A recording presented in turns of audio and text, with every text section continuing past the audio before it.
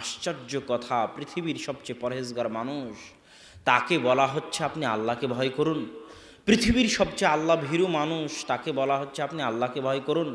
পৃথিবীর সবচেয়ে মুনসিফ ইনসাফ পরায়ণ মানুষ, ন্যায় বিচারক মানুষ, তাকে বলা হচ্ছে আপনি ইনসাফ করুন। তখন রাসূল সাল্লাল্লাহু আলাইহি ওয়াসাল্লাম বলতেছে, আওয়ালাস্তু আহাক্কু আহলিল আরদি, আমি কি নই পৃথিবীর বুকে সবচেয়ে বেশি হকদার যে আমি আল্লাহকে সবচেয়ে বেশি ভয় করব? ইদা আসাইতু, যদি আমি আল্লাহর বিধানের নাফরমানি করি তাহলে কে আল্লাহর বিধানের অনুসরণ করবে? অমাইয়া আদেল ইদা আলামা আদেল, আর কে ন্যায় বিচার করবে যদি আমি মুহাম্মদ ন্যায় বিচার না করি? যেমনি রাসূল সাল্লাল্লাহু আলাইহি ওয়াসাল্লাম এই কথা বলেছেন, তো আল্লাহ রাসূলের কষ্ট দেখে খালিদ বিন ওয়ালিদ বলতেছে, আল্লাহ রাসূল আপনি নির্দেশ দেন আমি আর গর্দান উড়িয়ে দিই। যে আপনার উপর সন্দেহ করে যে আপনি ইনসাফ করতেছেন না, তাহলে সে তো মুমিন থাকতে পারে না, তাকে হত্যা করার আমাকে অনুমতি দিন। তখন রাসূল সাল্লাল্লাহু আলাইহি ওয়াসাল্লাম বলতেছে, লা, না, হত্যা করিও না। লা আল্লাহু ইউসল্লি, হতে পারে যে সে সালাত আদায় করে। তার মানে কি বোঝা গেল? যারা জেগে আছেন তাদেরকে জিজ্ঞেস করতেছি, এই অংশ থেকে কি বোঝা গেল? সালাত আদায় করলে হত্যা করা যাবে না। মাশাআল্লাহ, বারাকাল্লাহ ফিকুম। তখন এবার খালিদ বিন ওয়ালিদ উত্তরে বলতেছে, যেটা আমরা সবাই বলি, কাম্মিন মুসাল্লিন, আল্লাহ রাসূল আপনি জানেন না কত এমন সালাত আদায়কারী আছে যাদের অন্তরে একটা বাইরে আর একটা, ইয়াকুলু বিলিসানিহি মা লাইসা ফি কলবিহি, আল্লাহ রাসূল আপনি জানেন না আপনার পিছনে সালাত আদায়কারী এরকম বহু মুনাফিক আছে যাদের মুখ এক অন্তর আর এক। তখন এবার রাসূল সাল্লাল্লাহু আলাইহি ওয়াসাল্লামের উত্তরটা শুনেন, এটাও আপনাদের মনে রাখতে হবে। আল্লাহ রাসূল বলতেছে, খালিদ বিন ওয়ালিদ, ইন্নী লাম উমার, আমি আদিষ্ট হইনি, আমাকে নির্দেশ করা হয়নি যে আমি মানুষের অন্তর, আন কুলুবিন নাস, মানুষের অন্তর চিড়ে ফেড়ে দেখব যে মানুষের অন্তরে কি আছে, এই বিষয়ে আমাকে আদেশ করা হয়নি। এই অংশ থেকে যেটা বোঝা যায় সেটা হচ্ছে, পৃথিবীতে দুনিয়ার হুকুম আহকাম চলবে বাহ্যিক বিষয়ের উপর। কিসের উপর? বাহ্যিক হুকুম আহকামের উপর। কেউ যদি বলে লা ইলাহা ইল্লাল্লাহ, আশহাদু আল্লা ইলাহা ইল্লাল্লাহ ওয়া আশহাদু আন্না মুহাম্মাদার রাসূলুল্লাহ, তাহলে তার রক্ত হারাম, তাকে হত্যা করা যাবে না। যতই আপনি মনে করেন যে আপনার ভয়ে বলতেছে, যতই আপনি মনে করেন লোক দেখানোর জন্য বলতেছে, যতই আপনি মনে করেন মিথ্যা বানিয়ে বলতেছে, কিন্তু যতক্ষণ কালেমা বলবে ততক্ষণ তার রক্ত হারাম। তার অন্তরে কি আছে এটা আল্লাহ দেখবে কিয়ামতের মাঠে, ওটা আমার এবং আপনার দায়িত্ব নয় দেখার। এই অংশ থেকে আল্লাহ রাসূল সেটা স্পষ্ট করে দিলেন। তারপরে তবে খালিদ বিন ওয়ালিদ একটা কথা মনে রাখো, যে আজকে আমাকে বলল আমার মতো ন্যায়পরায়ণ শাসককে, আমি যে আর এক হাদিসে আল্লাহ রাসূল বলেছে ওই তিনজন ব্যক্তিকে যারা বলল সারা রাত এবাদত করব, সারাদিন সিয়াম রাখবো, বিবাহ করব না, ওই হাদিসে আল্লাহ রাসূল তাদেরকে বলেছিলেন, ওয়াল্লাহি লা ইন্নী আতকাকুম ওয়া আখশাকুম, আল্লাহর কসম নিশ্চয় আমি হচ্ছি সবচেয়ে তাকওয়াবান, সবচেয়ে পরহেজগার, সবচেয়ে আল্লাহ ভীরু মানুষ আসমানের নিচে জমিনের উপরে। তো জেনে রাখো খালিদ বিন ওয়ালিদ, আমি সবচেয়ে পরহেজগার, সবচেয়ে তাকওয়াবান মানুষ হওয়ার পরেও যে আমার শাসন, আমার ন্যায়পরায়ণতার উপর আঙ্গুল উঠাই, আমার বিরুদ্ধে কথা বলে, আমার বিরুদ্ধে বিদ্রোহ করে, এরাই, এদের বংশ থেকেই অচিরে একদল মানুষ বের হবে যারা ঠিক এই স্বভাবেরই হবে। কি স্বভাবের? তখন রাসূল সাল্লাল্লাহু আলাইহি ওয়াসাল্লাম বলছেন, ইন্নাহু সায়াখরুজু মিন যিদি হাদা, এর বংশধর থেকে অচিরে একদল মানুষ বের হবে, ইয়াকতুলুনা আহলাল ইসলাম ওয়া ইয়াদাউনা আহলাল আওসান, যারা মুসলমানদেরকে হত্যা করবে আর মূর্তি পূজক মুশরিক কাফেরদের ছেড়ে দিবে। হাদিসের এই অংশ কি বুঝতে পারছেন? আজকে সিরিয়াতে কাদেরকে হত্যা করা হচ্ছে? কে হত্যা করতেছে? মুসলমান। ইয়েমেনে কাদেরকে হত্যা করা হচ্ছে? কে হত্যা করতেছে? মুসলমান। ওই কথায় আল্লাহর রাসূল বলেছেন, ইয়াকতুলুনা আহলাল ইসলাম, মুসলমানকে কাফের ফতোয়া দিয়ে হত্যা করবে। ওয়ায়াতরুকুনা আহলাল আওসান, আর ইহুদি খ্রিস্টান মুশরিকদের ছেড়ে দিবে। সম্মানিত উপস্থিতি, তৃতীয় হাদিস, আল্লাহ রাসূল সাল্লাল্লাহু আলাইহি ওয়াসাল্লাম বলছেন, ইয়াখরুজু ফীকুম, অচিরেই তোমাদের মধ্যে একদল মানুষ বের হবে, হুদাসাউল আসনান, যাদের দাঁত হবে নতুন, কেবল দাঁত উঠেছে, নতুন দাঁত গজিয়েছে, তাদেরকে হাদিসে বলা হয়েছে হুদাসাউল আসনান, নতুন গজানো দাঁতওয়ালা তথা অল্প বয়সী। সুফাহাউল আহলাম, বুদ্ধি কম, বিবেক কম, বিবেক বুদ্ধি দিয়ে কাজ করে না, আবেগ দিয়ে কাজ করে, এরকম অল্প বয়সী, কেবল দাঁত উঠেছে, অল্প বয়সী, বুদ্ধি কম যুবক বের হবে। ইয়াকুলুনা মিন খাইরি কওলিল বারিয়াহ, আল্লাহ রাসূলের কথা থেকেই কথা বলবে। ফাইদা লাকিতুমুহুম ফাকতুলুহুম, যদি তোমরা তাদেরকে পাও তাহলে তাদেরকে হত্যা করিও। ফাইন্না ফি কাতলিহিম আজরুন ইয়াউমাল কিয়ামাহ, কেননা তাদেরকে হত্যা করার মধ্যে কিয়ামতের মাঠে নেকি রয়েছে। আর এক হাদিসে রাসূল সাল্লাল্লাহু আলাইহি ওয়াসাল্লাম বলছেন, লাইন আদরাকতুহুম, আমি যদি এদেরকে পাই, আমি যদি এই সম্প্রদায়কে পাই, লাআকতুলান্নাহুম কাতলা সামুদ, তাহলে আমি তাদেরকে সামুদ জাতির মতো হত্যা করব।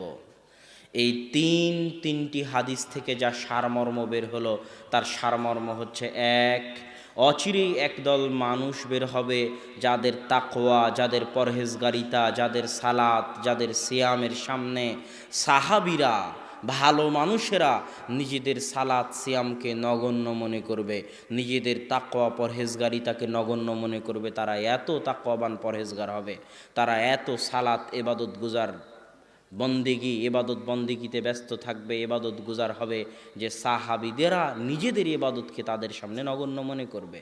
দুই, তারা হবে অল্প বয়সী, বিবেক দিয়ে কাজ করবে না, আবেগ দিয়ে কাজ করবে। তিন, তারা মুসলমানদেরকে হত্যা করবে আর মুশরিক কাফেরদেরকে ছেড়ে দিবে, তাদেরকে হত্যা করবে না। এদের বিষয়ে আল্লাহ রাসূল যা বলেছেন, এক, আল্লাহ রাসূল বলেছেন এরা দিন থেকে বের হয়ে যাবে যেমন ধনুক থেকে তীর বের হয়ে যায়। দুই, আমি যদি এদেরকে পাই তাহলে সামুদ জাতির মতো হত্যা করব। তিন, তোমরা যদি এদেরকে পাও তাহলে এদেরকে হত্যা করিও, কেননা এদেরকে হত্যা করার মধ্যে কিয়ামতের মাঠে নেকি রয়েছে। এই হলো তিনটি হাদিসের সারমর্ম। আমি আমার সংক্ষিপ্ত বুঝি যে এই তিনটি হাদিস রাসূল সাল্লাল্লাহু আলাইহি ওয়াসাল্লাম খারিজিদেরকে বুঝিয়েছেন, এবং সালাফে সালেহিন মুহাদ্দিসিনে কেরামের এটাই ব্যাখ্যা যে তারা হচ্ছে খারিজি।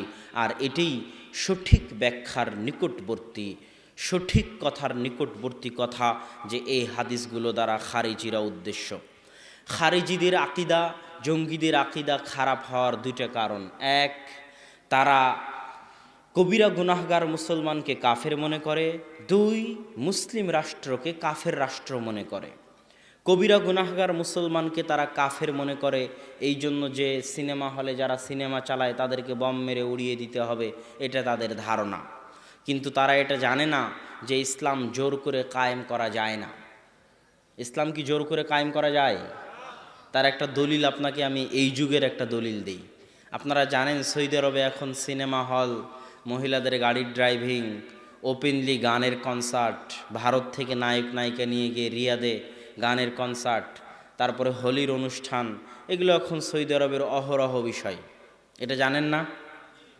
অথচ আপনারা খেয়াল করলে দেখবেন যে সৌদি আরবের যারা বাদশাহ বা বাদশাহের যারা ছেলে, মোহাম্মদ বিন সালমান বা মালিক সালমান, তাদের ক্ষেত্রে খেয়াল করলে দেখবেন যে আপনারা তাদের মালিক সালমানের স্ত্রীর ছবি আপনারা কোনো দিন দেখতে পাবেন না, কোনো ভিডিওতে, কোনো কিছুতে।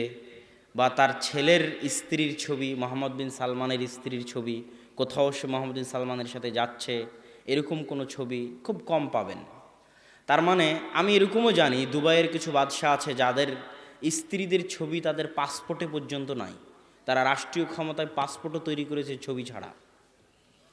তার মানে তারা পারিবারিকভাবে পর্দা, কথা বলে না, তারা পারিবারিকভাবে পর্দা মানে, কিন্তু জনগণ মানতে চায় না। হাজার হাজার লক্ষ লক্ষ যুবক ইউরোপ আমেরিকা থেকে পড়ে এসেছে, লক্ষ লক্ষ যুবক যুবতী ইউরোপ আমেরিকা থেকে পড়ে সৌদি আরবে ঢুকছে। তারা পরিবর্তন চায়, তারা কনসার্ট চায়। শুধু বাংলাদেশের মহিলারা হিন্দি সিরিয়ালের ভক্ত, এ কথা ভুল। সৌদি আরবের মহিলারাও হিন্দি সিরিয়াল, এমন কোনো হিন্দি সিরিয়াল নাই যে হিন্দি সিরিয়ালের আরবি ডাবিং করা হয়নি, এমন কোনো হিন্দি মুভি নাই যে হিন্দি মুভির আরবি ডাবিং করা হয়নি। সৌদি আরবের মহিলারা ওই হিন্দি সিরিয়াল, হিন্দি মুভিগুলোর ভক্ত, ফুটবল খেলার ভক্ত, তারাও এগুলো দেখে এবং শুনে। জনগণ মানতে চায় না, এই জন্য সরকার টিকতে পারে না। তার মানে হচ্ছে জোরপূর্বক ক্ষমতা দিয়ে ইসলাম কায়েম রাখা যায় না, বরং মানুষকে দাওয়াত দিয়ে মানুষের অন্তর পরিবর্তন করে ইসলাম ঠিক রাখতে হবে। এই জন্য মুসা আলাইহিস সালাম কোনোদিন ফেরাউনকে বলেননি যে আপনার ক্ষমতাটা আমাকে দিয়ে দিন, আর এই জন্য ফেরাউন মুসার বিরুদ্ধে লেগে গেলেন, তা নয়।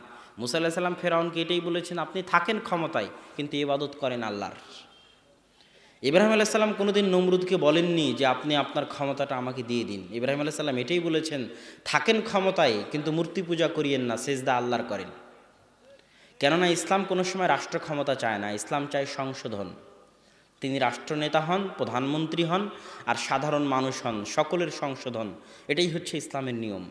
আর এই জিনিসটাতেই যারা খারিজি তারাও ভুল করেছে, এবং খারিজিদের সাথে আরও এক দল মানুষ তারাও ভুল করেছে।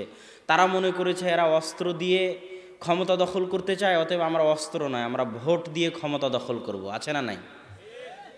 ভোট দিয়ে ক্ষমতা দখল করতে। অথচ তারা জানে না যে 5 বছর পর পর যদি ক্ষমতা চেঞ্জ হয়, এই গণতন্ত্রের মাধ্যমে আমেরিকা ইসরায়েল তাদের সুযোগ রাখে যে এবার 5 বছর গেল তো এবার বাংলাদেশে কাকে ক্ষমতায় আনা যায়, এটা তখন আমেরিকা ভাবে।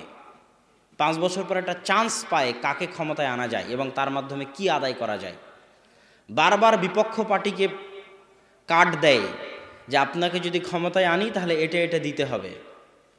কথা কি বুঝতে পারছেন? তাহলে 5 বছর পর পর ক্ষমতা পরিবর্তনের একটা চান্স কে পায়? গুরুরা পায়। এর জন্যই গণতন্ত্র রাখা। ইসলাম কোনো সময় মানুষকে বলে না, ইসলামে এই থিওরি নাই যে কেউ সরকার ক্ষমতায় গেলে তার ক্ষমতা চেঞ্জ করতে হবে, এই থিওরি নাই। ইসলামের থিওরি হচ্ছে যে ক্ষমতায় গেছে ওকে বলো আপনি ক্ষমতায় থাকেন কিন্তু দেশ চালান ভালোভাবে আল্লাহর নিয়ম অনুযায়ী, আল্লাহর বিধান অনুযায়ী। এটা হলো ইসলামের নিয়ম।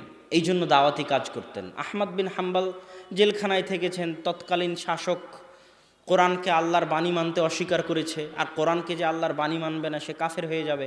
তারপরেও আহমদ বিন হাম্বল কোনোদিন বলেননি চলো বিদ্রোহ করি। হাজার হাজার লাখ লাখ ছাত্র আহমদ বিন হাম্বলের, কত ছাত্র নেবেন? ইমাম আবু দাউদ ওই জামাই পড়তেন যেই রকম জামা আহমদ বিন হাম্বল পড়তেন। ইমাম আবু দাউদ ওইভাবে হাঁটতেন যেভাবে আহমদ বিন হাম্বল হাঁটতেন। কেননা ইমাম আবু দাউদ বিশ্বাস করতেন যে আহমদ বিন হাম্বলের চাইতে হাদিস বিষয়ে জ্ঞানী পৃথিবীতে কেউ নাই। আর আহমদ বিন হাম্বল যদি হাদিস বিষয়ে সবচেয়ে জ্ঞানী হয় তাহলে আল্লাহর রাসূল বিষয়ে সবচেয়ে জ্ঞানী আহমদ বিন হাম্বল। অতএব আল্লাহ রাসূল কিভাবে চলতেন এই বিষয়ে সবচেয়ে জ্ঞানী আহমদ বিন হাম্বল, আল্লাহ রাসূল কিভাবে খেতেন এই বিষয়ে সবচেয়ে জ্ঞানী আহমদ বিন হাম্বল।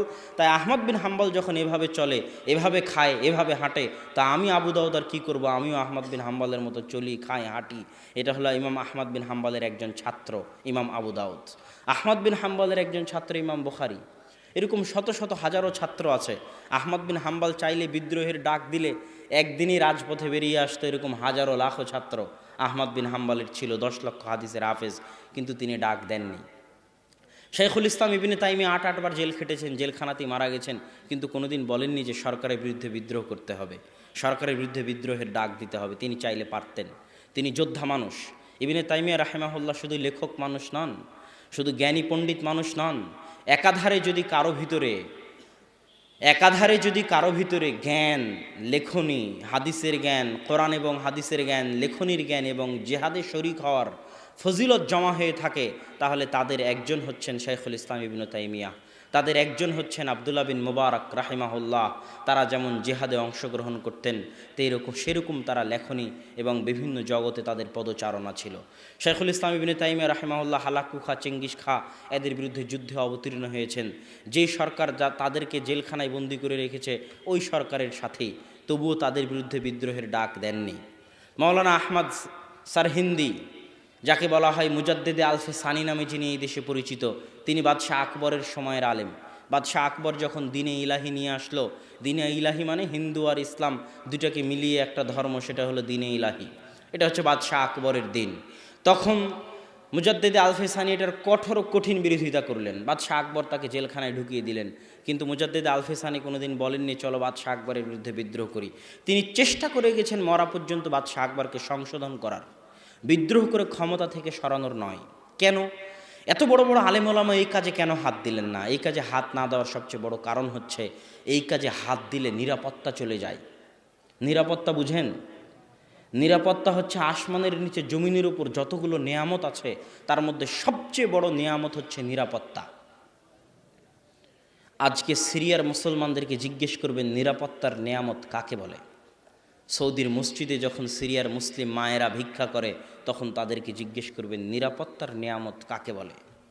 ইয়েমেনের মা এবং বোনেরা যখন সৌদির মসজিদে ভিক্ষা করে, কাবাঘর মদিনার আশেপাশে যখন ভিক্ষা করে তখন তাদেরকে জিজ্ঞেস করবেন নিরাপত্তার নেয়ামত কাকে বলে। একদিন তো সিরিয়ায় ইয়েমেনে নিরাপত্তা তো অন্তত ছিল। আজ আপনার এতগুলো মানুষ এখানে আসছেন, বাড়িতে আপনার বউ ছেলে মেয়ে আছে, তারা তো নিরাপদে আছে নাকি?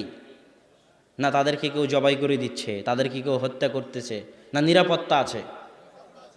এই যে নিরাপত্তার নিয়ামত, এই নিয়ামতটুকু বুঝার জ্ঞান খারিজিদের নাই। এই জন্য ইসলামের নিয়ম হচ্ছে কেউ যদি ক্ষমতায় যায় তো দুইটা শর্ত ছাড়া তাকে তুমি ক্ষমতা থেকে সরাতে পারবে না। এক, যতক্ষণ না প্রকাশ্য কাফের হয়ে গেছে। যদি দেখা যায় প্রকাশ্য কাফের হয়ে গেছে তাহলে তখনই তাকে ক্ষমতা থেকে সরাতে পারবা যখন ক্ষমতা থেকে সরিয়ে পুনরায় দেশে নিরাপত্তা কায়েম করার মতো ক্ষমতা তোমার হাতে আছে। কথা মনে হয় বুঝাতে পারিনি, বুঝতে পারতেছেন? তখন দ্বিতীয় শর্ত হচ্ছে তখন যখন তোমার হাতে এমন ক্ষমতা আছে যে তুমি চলমান সরকারকে সরিয়ে পাল্টায় ক্ষমতায় গিয়ে পুনরায় আগের মতো নিরাপত্তা বজায় রাখতে পারবা, বিস্তার করতে পারবা, তখনই বিদ্রোহ করতে পারবা। এটা হলো দ্বিতীয় শর্ত। যদি রাষ্ট্রনেতা পূর্ণ কাফের হয়ে গেছে কিন্তু এই ক্ষমতা তোমার নাই যে তুমি তাকে ক্ষমতা থেকে সরিয়ে পুনরায় ক্ষমতা দখল করে সারা দেশে আগের মতো নিরাপত্তা কায়েম করতে পারবা, এই ক্ষমতা যদি না থাকে তাহলে তোমার জন্য বিদ্রোহ করা হারাম হবে। আর তোমার বিদ্রোহ করার কারণে যত মুসলিম মা এবং বোনের রক্ত প্রবাহিত হবে তার জন্য তুমি জিম্মেদার হবা। যেমন আজকে সিরিয়ার মাটিতে বাশার আল আসাদকে সরিয়ে তার জায়গায় ক্ষমতা দখল করার ক্ষমতা ছিল না, আবেগের জোরে বিদ্রোহ করা হয়েছে। আজ সিরিয়ার মাটি মুসলমানদের হাতে আর এক মুসলমানের রক্তে রঞ্জিত, বিশাল ফিতনা। আল্লাহু আকবার। সম্মানিত উপস্থিতি, এই জন্য আরও একটা জিনিস মনে রাখবেন যে আজকে আমাদের দেশের প্রধানমন্ত্রী মহিলা প্রধানমন্ত্রী হওয়া কিন্তু ইসলামে কোনো সময় জায়েজ নয়। ইসলামে কোনো সময় নারী ইমাম হতে পারে না পুরুষের। ইসলামে কোনো সময় নারী দেশের রাষ্ট্রপ্রধান হতে পারে না, এটা ইসলামের নিয়ম।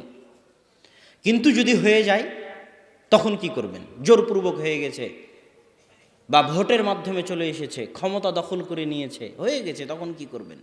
রাসূল সাল্লাল্লাহু আলাইহি ওয়াসাল্লাম বলছেন যদি হাবশি গোলাম ক্ষমতায় চলে আসে তো হাবশি গোলামের তোমরা আনুগত্য করিও। গোলাম কিন্তু, কৃতদাস কিন্তু কোনোদিন ইসলামের বিধানে ক্ষমতা পেতে পারে না, এটা ইসলামের নিয়ম। ইসলামের একটা নিয়ম হচ্ছে কারা কারা ক্ষমতা হবে, খলিফা হবে, তাদের একটা নিয়ম হচ্ছে নারী যেমন খলিফা হতে পারে না তেমন কৃতদাসও খলিফা হতে পারে না।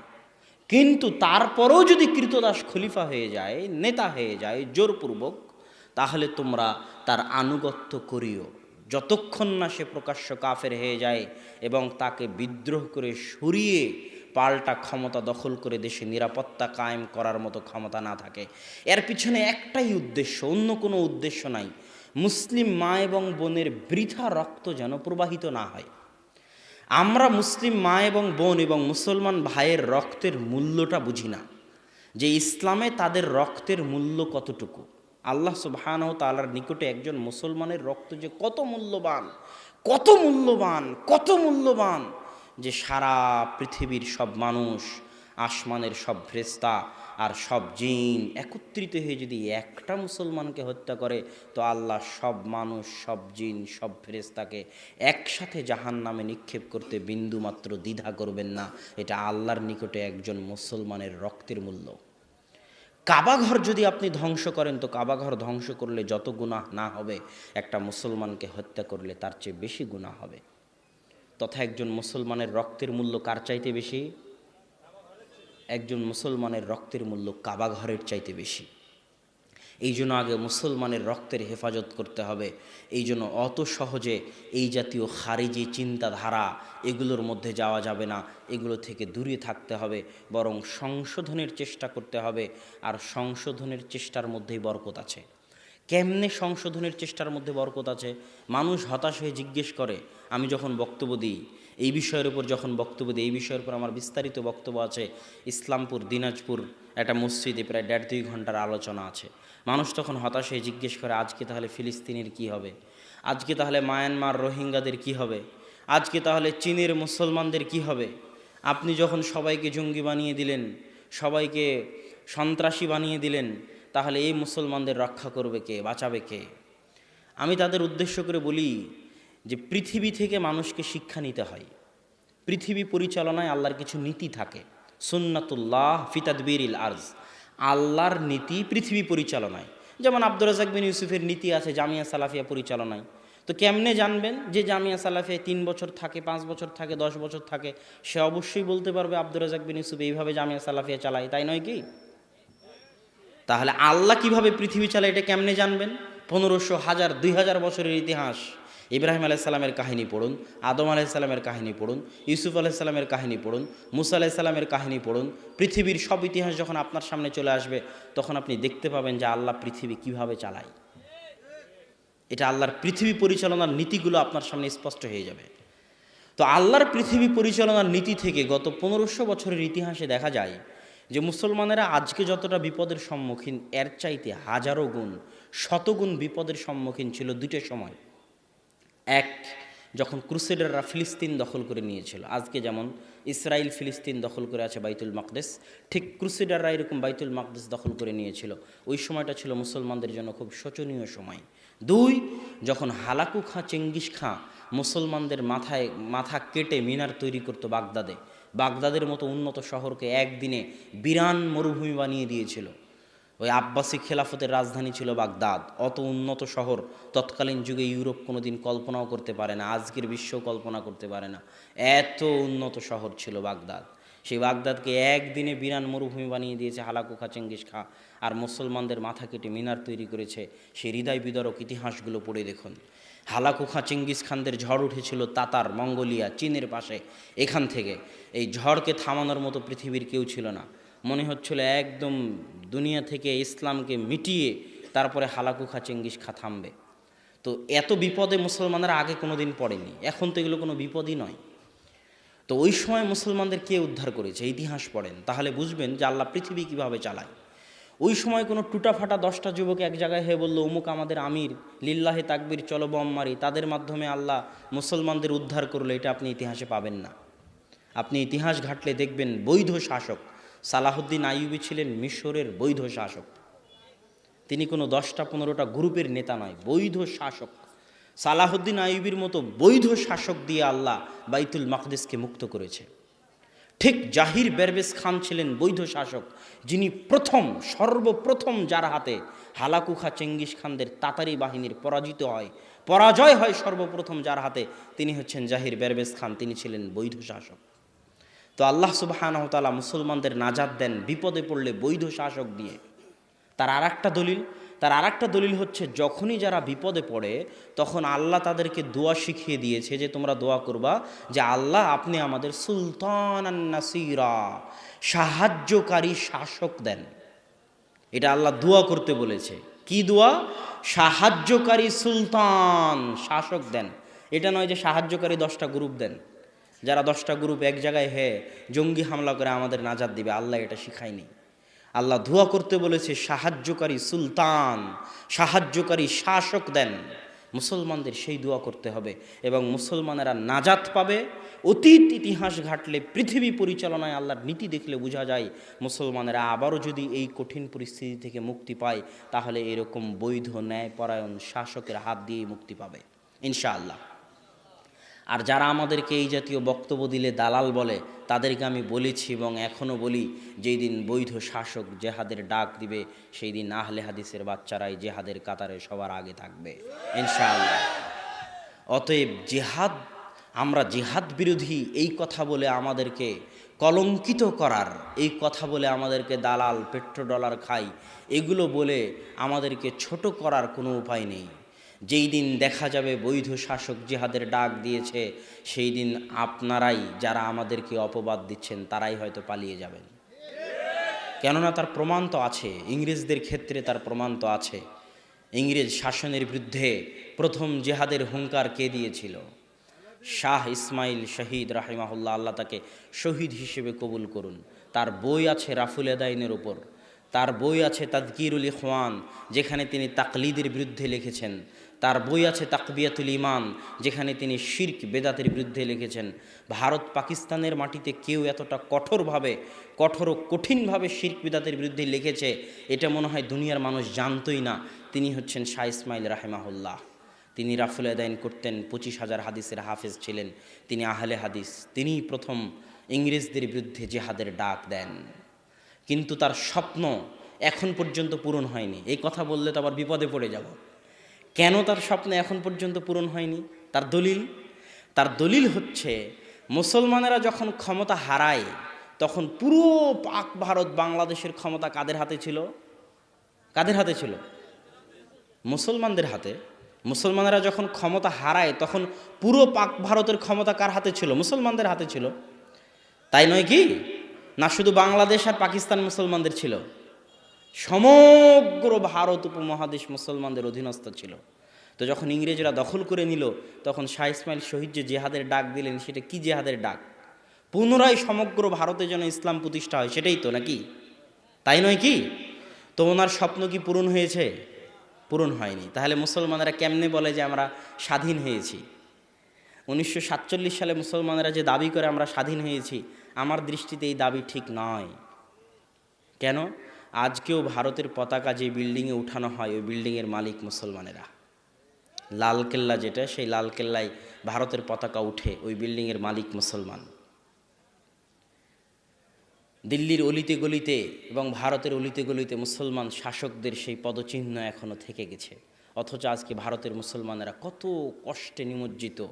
এনআরসি, সিএ এর নামে ভারতের মুসলমানদের পরিচয় ছিনিয়ে নিয়ে দ্বিতীয় রোহিঙ্গা, দ্বিতীয় মায়ানমার বানানোর পরিকল্পনা চলতেছে। আমরা দোয়া করি আল্লাহ সুবহানাহু ওয়া তাআলা ভারতের মুসলমানদেরকে সহযোগিতা করুন এবং তাদের জন্য সুলতান আন নাসিরা, সাহায্যকারী শাসক পাঠান। আল্লাহুম্মা আমিন।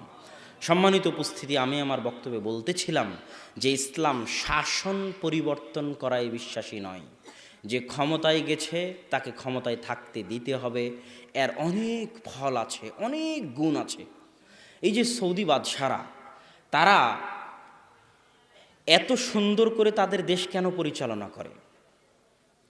বা যারা দুবাইয়ের বাদশা, তারা এত সুন্দর করে কেন দেশ পরিচালনা করে? তারা জানে যে বংশ পর খরচ করেছিলাম তা আগে আদায় করি, 5 বছর পর তো চলে যেতে হবে, তখন সারা দেশ লুটে পেটে খেয়ে নিবে। এই জন্য গণতন্ত্র বাংলাদেশের যত ক্ষতি করেছে, পৃথিবীর আর অন্য কোনো দেশের তত ক্ষতি করতে পারেনি। কেন? বাংলাদেশের বয়স তো আর কম হলো না। কোথায় 1971 আর কোথায় 2019, 2020। তো সেখানে যখন বাংলাদেশ স্বাধীন হয় তখন মালয়েশিয়া বাংলাদেশের চাইতে দরিদ্র দেশ ছিল। আজ মালয়েশিয়া কোথায় পৌঁছে গেছে? আর বাংলাদেশ এখনও মনে করতেছে যে বাংলাদেশের উন্নতি হচ্ছে গার্মেন্টসগুলো, বাংলাদেশের উন্নতি হচ্ছে পদ্মা সেতু, রাস্তাঘাট। এই জিনিসটা বাংলাদেশের মানুষ কেন বুঝে না আমি বুঝি না। অবকাঠামোগত উন্নয়ন কোনোদিন উন্নয়ন নয়। এই বাইতুল হাম জামে মসজিদ, বিশাল বাইতুল হাম জামে মসজিদ তৈরি করলাম, বিশাল জামিয়া সালাফের বিল্ডিং তৈরি করলাম, কিন্তু যে ছাত্র পড়ে সেও পচা, যে শিক্ষক পড়ায় সেও পচা। তো বিল্ডিংয়ের দাম আছে? কোনো দাম নাই। তো অবকাঠামোগত উন্নয়ন কোনোদিন উন্নয়ন নয়। উন্নয়ন হচ্ছে শিক্ষার উন্নয়ন, জ্ঞানের উন্নয়ন। তো আপনি ব্রিজ দিয়ে কি করবেন? ওই ব্রিজে যে ইঞ্জিনিয়ার, সেই ইঞ্জিনিয়ার তো চায়নার, আর লেবার তো আপনার বাংলাদেশের। তাহলে এই ব্রিজের কোনো দাম আছে? যেই দিন আপনার ইঞ্জিনিয়ার দিয়ে আপনি পদ্মা ব্রিজ বানাতে পারবেন, সেই দিন বুঝবো যে হ্যাঁ আপনি উন্নত হয়েছেন।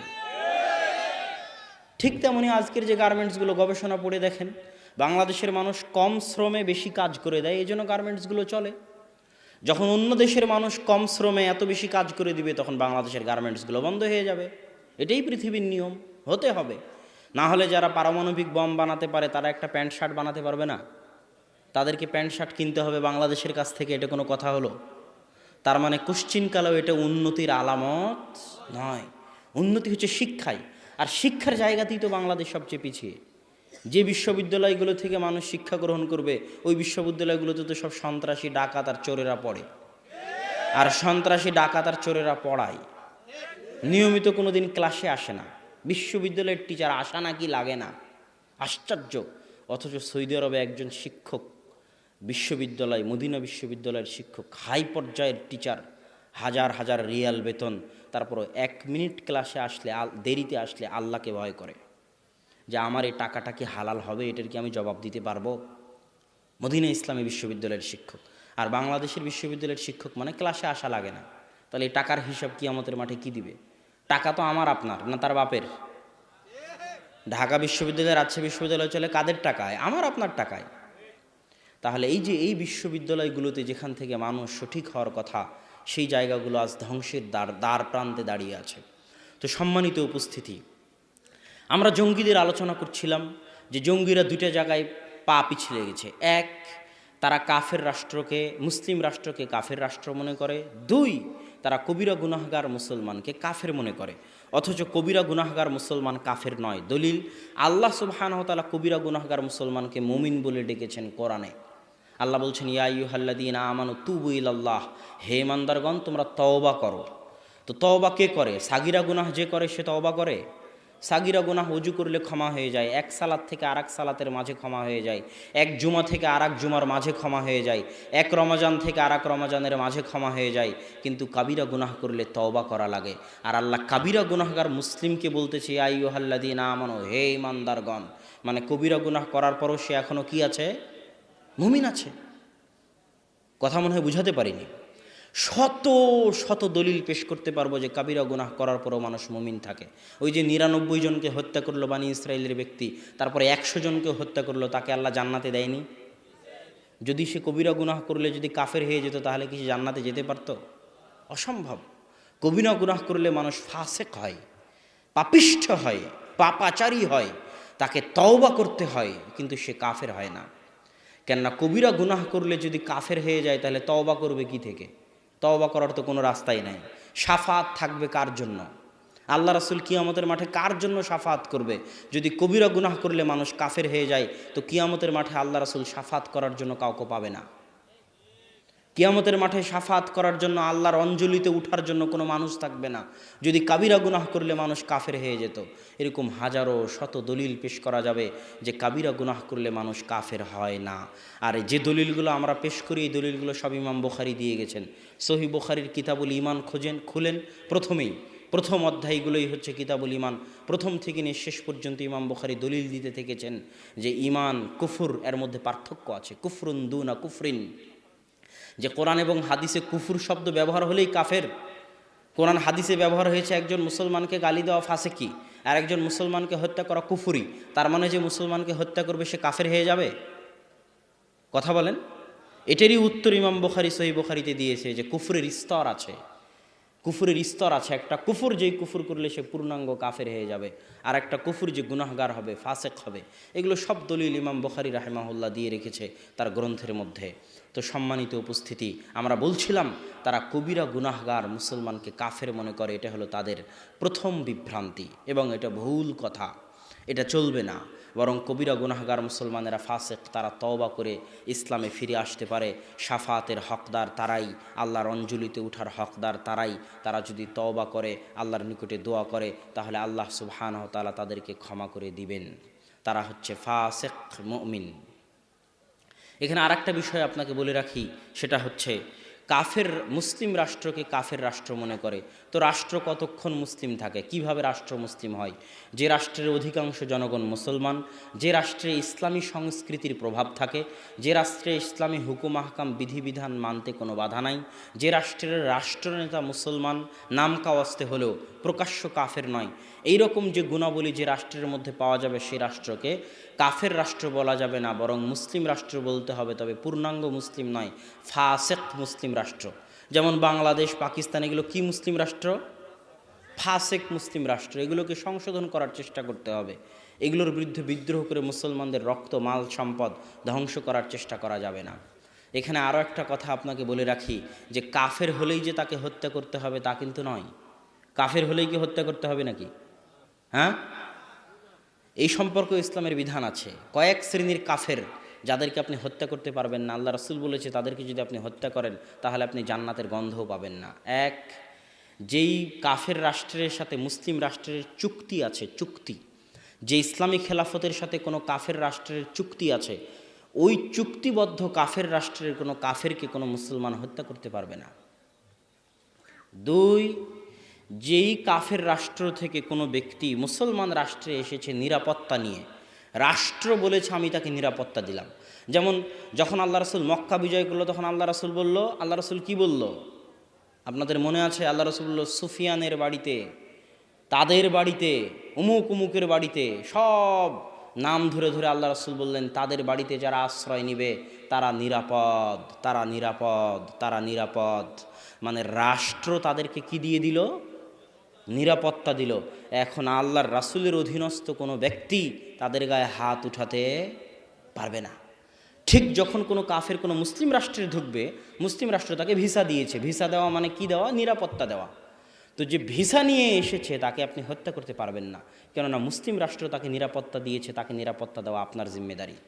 আপনার সরকার তাকে নিরাপত্তা দেওয়ার ওয়াদা করেছে, তাকে নিরাপত্তা দেওয়া আপনার জিম্মেদারি। যদি আপনি তাকে হত্যা করেন আপনি জান্নাতের গন্ধ পাবেন না, আল্লাহ রাসূলের হাদিস। তিন, যে কাফের মুসলিম রাষ্ট্রে বসবাস করে জিজিয়া দিয়ে, কর দিয়ে যে কাফের মুসলিম রাষ্ট্রে বসবাস করে তার রক্ত হারাম, তাকে আপনি হত্যা করতে পারবেন না। শুধু তাই নয়, এমনকি যুদ্ধরত অবস্থায় যে দেশের সাথে যুদ্ধ চলতেছে তাকে বলা হয় দারুল হারব আর দারুল ইসলাম। দারুল ইসলাম আর দারুল হারবে যুদ্ধ চলতেছে। তো যে দেশের সাথে যুদ্ধ চলতেছে ইসলামিক খেলাফতের, ওই দেশেরও নারী, শিশু, বয়োবৃদ্ধ যারা যুদ্ধের মাঠে আসেনি তারা কাফের হওয়ার পরও আপনি তাদেরকে হত্যা করতে পারবেন না। এটা ইসলামের নিয়ম। তো সম্মানিত উপস্থিতি, ইসলাম মানে, ইসলামের চেহারাকে আজ জঙ্গিরা বিকৃত করে ফেলেছে। যেখানে সেখানে আমেরিকা সহ বিভিন্ন দেশে বোমা হামলা করে মনে করতেছে যে না এটা ইসলামে জায়েজ। জি না, ইসলামে শুধু রাষ্ট্রের অধীনে জিহাদ জায়েজ। রাষ্ট্র ক্ষমতা ছাড়া কিছু কিছু ইবাদত আছে যেগুলো ইসলামে চলে না। যেমন হজ রাষ্ট্র ক্ষমতা ছাড়া চলে না। মক্কায় কোন তারিখে, কয় তারিখে হজ হবে, আপনি বাংলাদেশ থেকে গিয়ে যদি বলেন আমি আমার তারিখে হজ করব, আর ওই আফ্রিকা থেকে এসে যদি বলে আমি আমার তারিখে হজ করব, হবে না। সৌদি বাদশাহ, সৌদি খলিফা, সৌদির যারা শাসক তারা যেই দিন ঘোষণা দিবে যে এই তারিখে হজ হবে, আপনি যেখানকারই হন না কেন, আপনার দেশ যেখানেই হোক না কেন, আপনি যে মতই মানেন না কেন, যে ধর্মই মানেন না কেন, যে ফতোয়াতেই বিশ্বাস করেন না কেন, শাসক যেই দিন হজের ঘোষণা দিয়েছে সেই দিনে হজ হতে হবে। এটা ইসলামের নিয়ম। ঠিক ঈদ, আপনি এক গ্রামে আজকে ঈদ করবেন, আর একজন আর এক গ্রামে ঈদ করবে, এটা ইসলাম বিশ্বাস করে না। আপনার ফতোয়া যেটাই হোক, ফতোয়া একদিনে ঈদ করা হোক আর ফতোয়া আলাদা দিনে ঈদ করা হোক, কিন্তু রাষ্ট্র যেই দিন ঈদের ঘোষণা দিবে আপনার ফতোয়া যেটাই হোক আপনাকে ওই দিনে ঈদ করতে হবে। এরকম জিহাদ, ইন্নামাল ইমাম জুন্নাতুন ইউকাতালু মিন ওয়ারাইহি, ইমাম হচ্ছে ঢাল, তার পিছনে থেকে জিহাদ করতে হয়। ইমাম মানে রাষ্ট্রনেতা, তার পিছনে থাকা ছাড়া, তিনি সামনে থাকা ছাড়া যুদ্ধ হয় না। তো সম্মানিত উপস্থিতি, আমরা সঙ্গে দিচ্ছিলাম যে আমরা কাফের রাষ্ট্র, মুসলিম রাষ্ট্রকে কাফের রাষ্ট্র মনে করি, যেটা মনে করা ঠিক নয়। বরং যতক্ষণ মুসলিম রাষ্ট্র আছে ততক্ষণ সেই মুসলিম রাষ্ট্রের যাবতীয় বিধিবিধান মেনে চলা আপনার জন্য জরুরি। যেমন বাংলাদেশ একটা মুসলিম রাষ্ট্র, আমি মনে করি এই বাংলাদেশের মুসলিম রাষ্ট্রের নিয়ম হচ্ছে রাস্তার সিগন্যাল দেওয়া আছে। কথা কি বুঝতে পারছেন?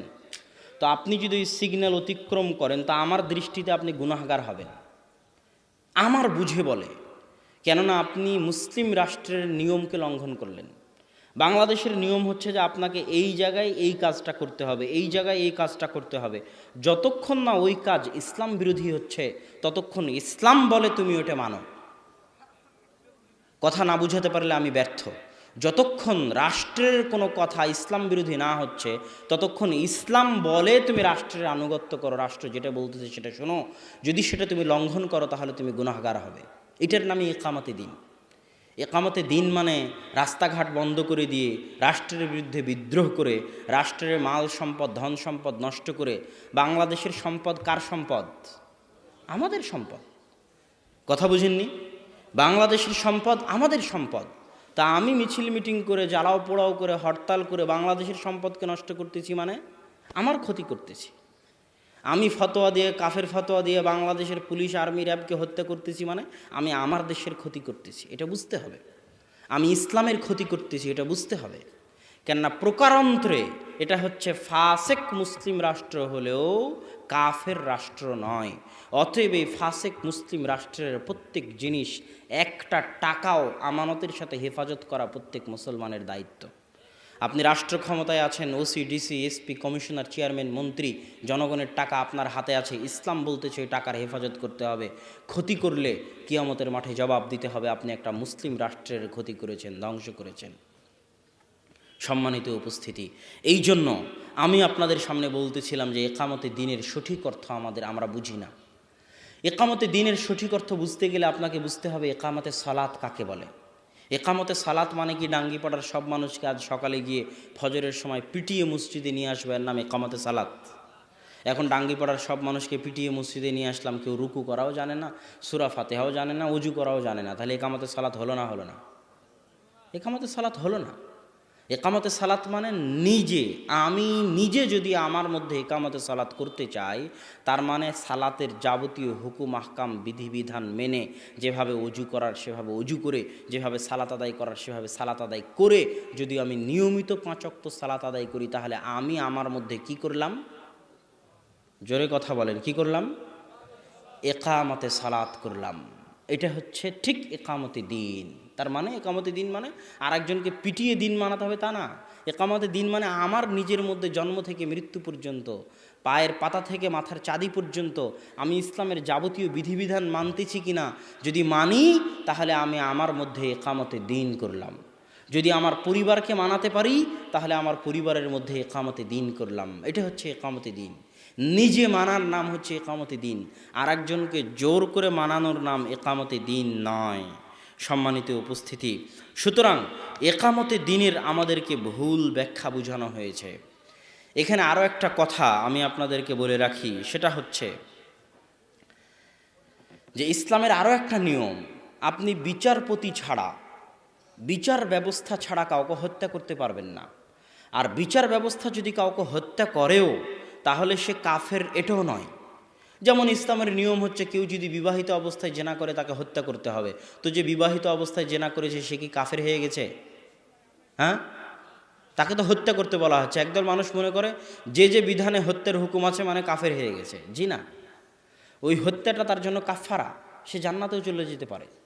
যে আরেকজন মুসলমানকে হত্যা করেছে তাকে হত্যা করতে হবে তার মানে সে কাফের হয়ে গেছে তা নয়।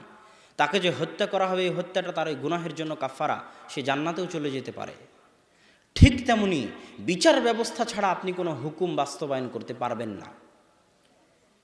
যেমন ক্রিমিনাল ল, পৃথিবীতে যতগুলো রাষ্ট্র আছে, মুসলিম রাষ্ট্র আছে, প্রায় 57-58টা মুসলিম রাষ্ট্র, সব মুসলিম রাষ্ট্রে ইসলামের পারিবারিক নিয়ম, ইসলামের সামাজিক নিয়মগুলো রাষ্ট্রীয়ভাবে মানা হয়। ইসলামের পারিবারিক আইন মানে বাপ মারা গেলে কত শতক আপনি জমি পাবেন, আপনার ভাই বোন কত শতক জমি পাবে, এটা কে বলে দিয়েছে? ইসলাম বলে দিয়েছে। ওটাই কিন্তু মুসলিম দেশগুলোতে মানা হয়, ওটাকে বলা হয় ফ্যামিলি ল, পারিবারিক আইন। তো ইসলামের পারিবারিক আইন রাষ্ট্রীয়ভাবেই মানা হয়। যেমন বাংলাদেশের সরকার আপনাকে হজের জন্য সহযোগিতা করে না? করে না? করে না? করে না? করে। বাংলাদেশের সরকার আপনার ঈদ বাস্তবায়ন করতে সহযোগিতা করে না? করে না? করে।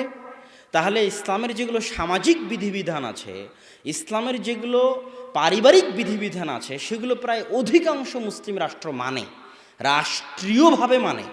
রাষ্ট্রগুলো কি মানে না? ইসলামের ক্রিমিনাল ল মানে না। অপরাধ সংক্রান্ত ইসলামের যে বিধিবিধানগুলো আছে এগুলো কোনো রাষ্ট্র মানে না, সৌদি ছাড়া। অপরাধ সংক্রান্ত কী আছে? চুরি করলে হাত কাটতে হবে, কেউ যদি মদ পান করে তাহলে 40 লাঠি 80 লাঠি পিটাতে হবে, কেউ যদি জেনা করে তাকে রজম করতে হবে, অবিবাহিত হলে 100 লাঠি পিটাতে হবে, দেশ থেকে তাড়াতে হবে। এই যে অপরাধ সংক্রান্ত যে আইনগুলো আছে এগুলো কোনো মুসলিম রাষ্ট্র, অধিকাংশ মুসলিম রাষ্ট্র মানে না। তো এখন আপনি কি জোর করে এই অপরাধ সংক্রান্ত বিধিবিধানগুলো বাস্তবায়ন করবেন? হ্যাঁ, এটার উত্তর কি? এটার দলিল কি? এটার দলিল হচ্ছে স্বয়ং খলিফা ওমর যদি কাউকে নিজে চোখে জেনা করতে দেখে, তো খলিফা ওমর তার ওপর জেনার হদ কায়েম করতে পারবে না সাক্ষী ছাড়া। এটা ইসলামের নিয়ম। খলিফা ওমর শাসক, ক্ষমতায় আছে, স্বচক্ষে দেখতেছে জেনা করতে, কিন্তু তিনি হদ কায়েম করতে পারবেন না। বিচারক লাগবে, সাক্ষী লাগবে, সাক্ষী আসবে, সাক্ষীরা সাক্ষী দিবে, বিচারক বিচার শোনাবে, তারপরে হদ কায়েম হবে। এটা ইসলামের নিয়ম। এটা কিন্তু আমরা জানি না, আমাদের দেশের মানুষজন জানে না। কিতাবুল ইমারাহ, কিতাবুল ইমারার যে হাদিসগুলো আছে, এই হাদিসগুলো যদি বাংলাদেশে পড়া হয়, কিতাবুল ইমারার হাদিসগুলো বাংলাদেশে দুইভাবে বিকৃত হয়ে গেছে। সহি মুসলিম খুলবেন, সহি মুসলিম খুলে কিতাবুল ইমারা বের করবেন। কিতাবুল ইমারার যে হাদিসগুলো আছে এগুলো বাংলাদেশে দুইভাবে বিকৃত হয়ে গেছে। এক, কিতাবুল ইমারার সব হাদিস নিয়ে চলে গেছে দল আর সংগঠন। বাংলাদেশে যত দল আছে, সেটা তাবলিগ জামাত হোক, জামাত ইসলাম হোক, হাস্যকর ব্যাপার যে কিতাবুল ইমারার সব হাদিস দল নিয়ে চলে গেছে। দলের আমির তো কিতাবুল ইমারাতে যে হাদিসগুলো আছে তার হাদিসগুলো ওর জায়গায় গিয়ে ফিট করা হয়, জামাতের যে হাদিসগুলো আছে সেগুলো দলের সাথে গিয়ে ফিট করা হয়। এটা গেল কিতাবুল ইমারার উপর প্রথম জুলুম। দ্বিতীয় জুলুম হলো কিতাবুল ইমারার হাদিসগুলো মূলত রাষ্ট্রনেতার সাথে সম্পৃক্ত, অথচ রাষ্ট্রনেতার সাথে কেউ কিতাবুল ইমারার হাদিস পড়ে না, সব শুধু দলনেতার সাথে কিতাবুল ইমারার হাদিস আর জামাতের হাদিস।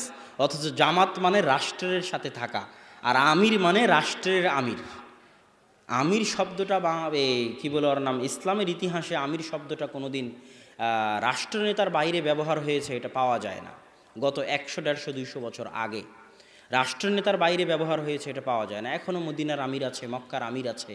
আমার উস্তাদ মুফতি ইউসুফ তাওয়ালি দারুল উলুম দেওবন্দের শিক্ষক, তিনি তাবলিগ জামাতের আমিরকে লক্ষ্য করে বলতেন, তাবলিগ জামাতের আমিরকে লক্ষ্য করে বলতেন যে আপনি কেউ চুরি করলে হাত কাটতে পারেন না, কেউ জেনা করলে রজম করতে পারেন না, কেউ অপরাধ করলে গ্রেফতার করতে পারেন না, তাহলে আপনি কিসের আমির? কেননা আমির মানে হচ্ছে ক্ষমতা।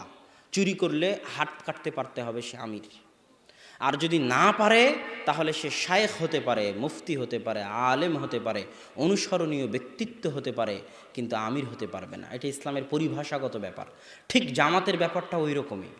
জামাত, আল্লাহ রাসূল কত কঠিন কথা বলতেছে জামাতের বিষয়ে, যে তাদেরকে হত্যা করো যারা জামাত থেকে বের হয়ে যায়। আল্লাহ রাসূল বলতেছে কেউ যদি জামাত থেকে বের হয়ে যায় সে ইসলাম থেকে বের হয়ে গেল। কত কঠিন কথা। অথচ আমি যদি তাবলিগ জামাত ছেড়ে দিই তাহলে কি আমি ইসলাম থেকে বের হয়ে যাব? তাহলে তার মানে জামাত মানে দল নয়। জামাত মানে তাহলে কি? ওই যে আবু বকর রাদিয়াল্লাহু তাআলা আনহু বলতেছে যারা যাকাত দেবে না এদেরকে আমি হত্যা করব, এদের বিরুদ্ধে যুদ্ধ করব।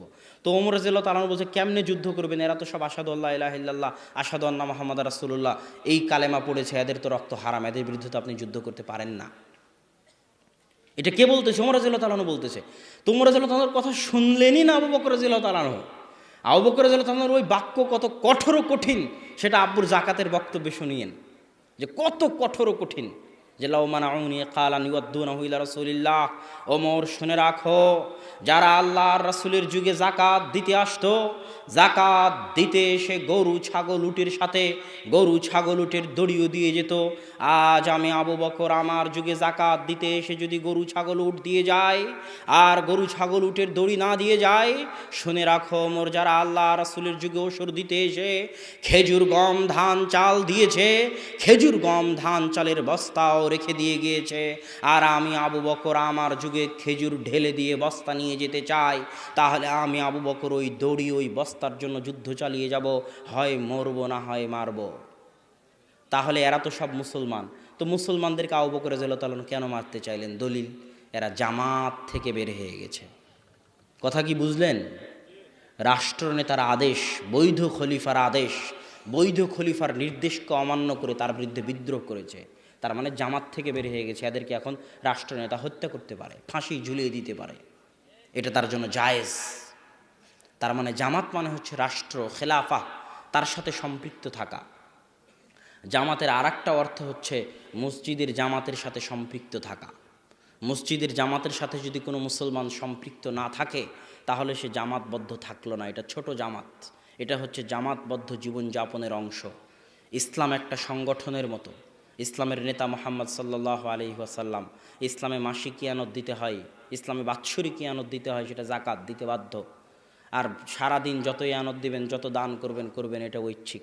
ইসলামের বাৎসরিক সম্মেলন আছে, যেমন তাবলিগ জামাতের আছে টঙ্গীতে, সেটা হচ্ছে হজ, যেতে বাধ্য যদি ক্ষমতা থাকে।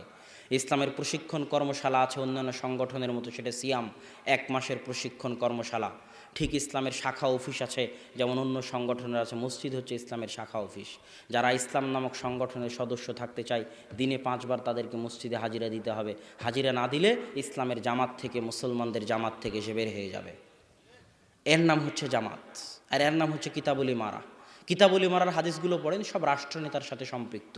আল্লাহ রাসূল বলছে, সে মারুক পিটুক, তার তোমরা আনুগত্য করো। তো সম্মানিত উপস্থিতি, এখানে আরও একটা কথা বলি, যেটা বলছিলাম যে বিচার ব্যবস্থা ছাড়া আপনি কোনো বিধান বাস্তবায়ন করতে পারবেন না। স্বয়ং ওমর রাদিয়াল্লাহু তাআলা আনহু পারবেন না, এটা তো আমাদের দেশের মানুষরা জানে না। আরও একটা কথা বলি, জোরপূর্বক রাষ্ট্র ক্ষমতা দখল করতে হবে কি না? জোরপূর্বক জি না। কেন? আল্লাহ সুবহানাহু ওয়া তাআলা আপনার উপর জাকাত ফরজ করেছে। কখন? যখন আপনি নিসাব পরিমাণ সম্পদের মালিক হবেন তখন। তো আপনি নিসাব পরিমাণ সম্পদের মালিক হননি মানে আপনাকে জাকাত দেওয়া লাগবে না। তো আপনি এখন ভাবতেছেন আমার তো জাকাত দেওয়া হচ্ছে না, তো জোর করে চুরি করে, বাটপারি করে, ডাকাতি করে নিসাব পরিমাণ সম্পদের মালিক হই, তারপরে জাকাত দিব।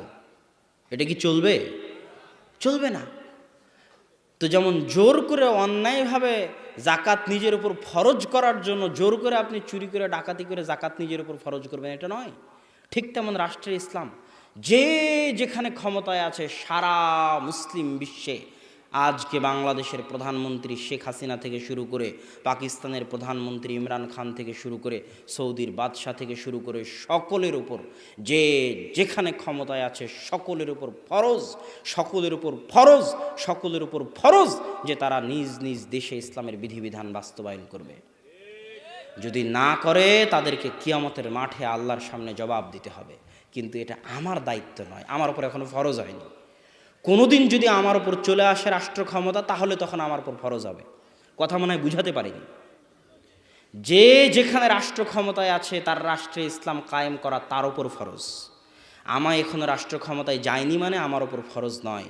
আর জোর করে নিজের উপর ফরজ চাপিয়ে নিব, মারামারি করে, গণ্ডগোল করে, হরতাল করে, ভোট দিয়ে, অস্ত্র দিয়ে নিজের উপর ফরজ চাপিয়ে নিব, এটা সালাফে সালেহিনের পদ্ধতি নয়। এটা আহমদ বিন হাম্বল, ইবনু তাইমিয়া, মুজাদ্দিদে আলফে সানি তাদের পদ্ধতি নয়। অতএব এই পদ্ধতি থেকে বেরিয়ে আসতে হবে। সম্মানিত উপস্থিতি, আমরা যে আলোচনা করছিলাম, এই আলোচনার সারমর্ম ছিল দুইটা বিষয়। এক, কবিরা গুনাহগার মুসলমানকে কাফের মনে করে জঙ্গিরা।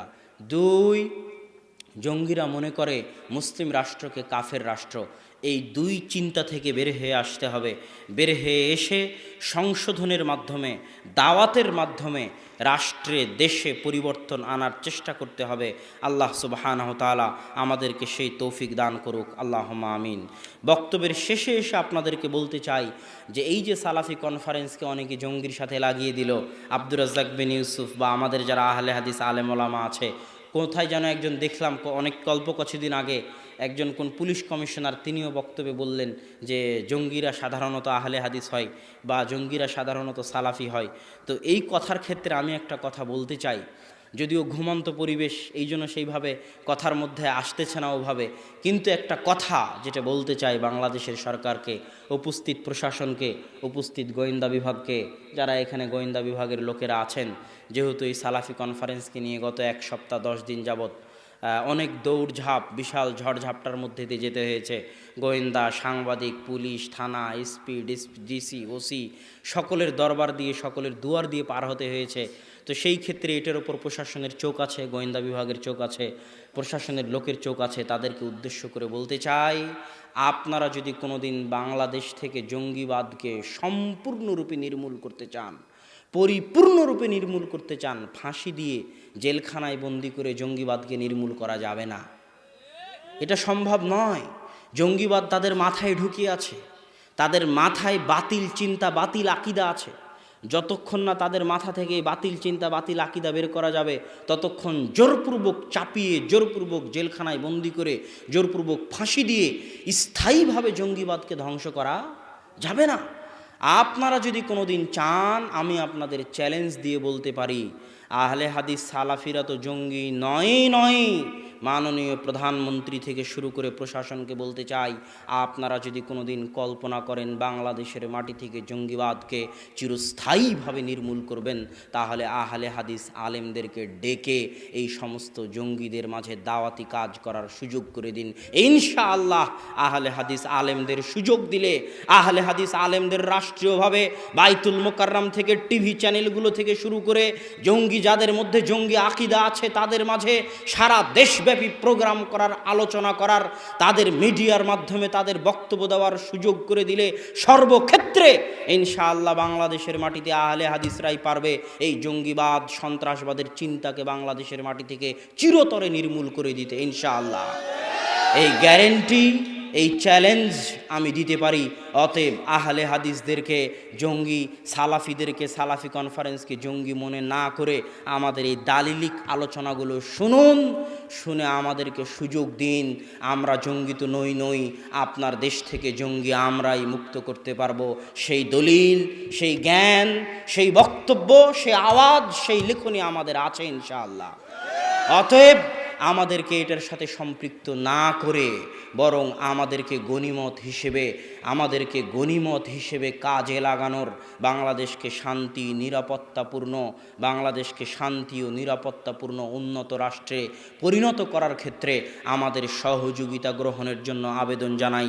আর সালাফি কনফারেন্স ইনশাআল্লাহ, আমি গতকাল হয়তো কিছু কথা বলেছিলাম সালাফি কনফারেন্স নিয়ে, আজ আর বলতে চাই না। আজ এতটুকুই বলবো যে আল্লাহ সুবহানাহু ওয়া তাআলা যাদের অন্তরে সালাফি কনফারেন্স নিয়ে সংকীর্ণতা আছে, আপনি তাদের অন্তরকে প্রশস্ত করে দিন, আমিন। এবং আমি আশা করব অন্তরের অন্তরস্থল থেকে আমাদের যদি কোনো ভুল ত্রুটি হয়ে থাকে ক্ষমা সুন্দর দৃষ্টিতে দেখবেন। সকলকে, যারা যেখানে বক্তব্য শুনতেছে এই সালাফি কনফারেন্স আয়োজন করতে গিয়ে আমাদের দ্বারা যদি কোনো ভুল ত্রুটি হয়ে থাকে ক্ষমা সুন্দর দৃষ্টিতে দেখবেন। আর আমরা অনুরোধ করব, এবার যদি না পারেননি কোনো সমস্যা নাই, আগামী বছর সালাফি কনফারেন্সে আসুন, সালাফি কনফারেন্স আয়োজন করতে সহযোগিতা করুন ইনশাআল্লাহ। এটি একটি নেকির কাজ। জামিয়া সালাফিয়ার মাধ্যমে, সালাফি কনফারেন্সের মাধ্যমে বাংলাদেশের মাটিতে সালাফি আন্দোলন গতি পাবে, বিস্তার লাভ করবে ইনশাআল্লাহ। এই আশা ব্যক্ত করে আজকের সংক্ষিপ্ত বক্তব্য এখানেই শেষ করতেছি। ওয়া আখির দাওয়ানা আলহামদুলিল্লাহি রাব্বিল আলামিন। আসসালামু আলাইকুম ওয়া রাহমাতুল্লাহি ওয়া বারাকাতুহু।